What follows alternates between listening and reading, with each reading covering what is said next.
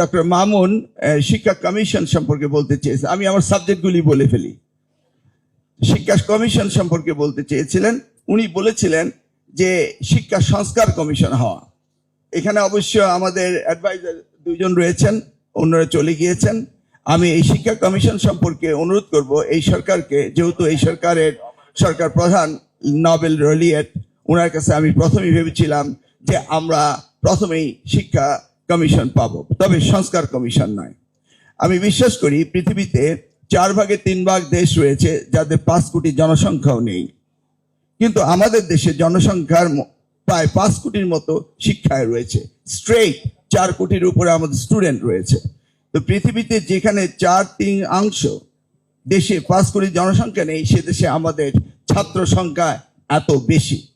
তাছাড়া পৃথিবীতে 30টির মতো ডেভেলপড নেশনে more people are dying, less people are taking birth. In this respect আমি আমাদের দেশের কথা বলবো যে আমাদের দেশে more people are taking birth, less people are dying. In means যে আমাদের দেশের জনসংখ্যার বিপ্লব হচ্ছে, জনসংখ্যা বেড়ে যাচ্ছে।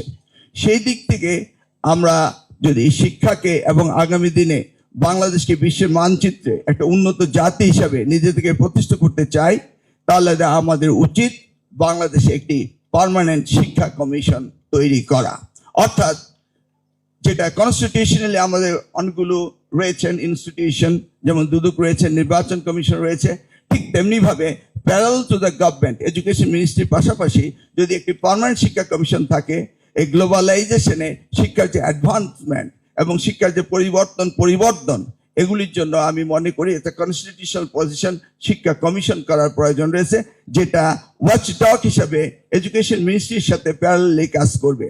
তাদের হয়তো কোনো এক্সিকিউটিভ পাওয়ার থাকবে না, কিন্তু তারা শিক্ষা মন্ত্রণালয়কে তারা সাজেশন দিতে পারবে এবং রিসার্চ ওরিয়েন্টেড কাজ করতে পারবে, এবং শিক্ষাকে আমাদের গুরুত্ব দিতে হবে। আমরা যদি শিক্ষাকে গুরুত্ব না দেই তাহলে আমরা কিন্তু পিছিয়ে যাব, যেটা আমাদের বিগত সরকার করেছে। আমাদের সরকারের সময় আমরা রাতে যদি গাড়ি চালাই হেডলাইট হাই বিমে দিয়ে এইভাবে আমরা এগোনোর চেষ্টা করতাম। আর আমি দেখেছি বিগত সরকার তারা গাড়ির পিছনে যে রিয়ার ভিউ মিরার রয়েছে এবং রিভার্স গিয়ারে দিয়ে তারা পিছনের দিকে গাড়ি চালিয়েছে, অর্থাৎ শিক্ষা ব্যবস্থাকে তারা ধ্বংস করেছে। সেই জায়গা থেকে আমাদের শিক্ষা ব্যবস্থাকে ফিরিয়ে নিয়ে আসতে হবে এবং তরুণ প্রজন্মকে শিক্ষায় দীক্ষিত করতে হবে।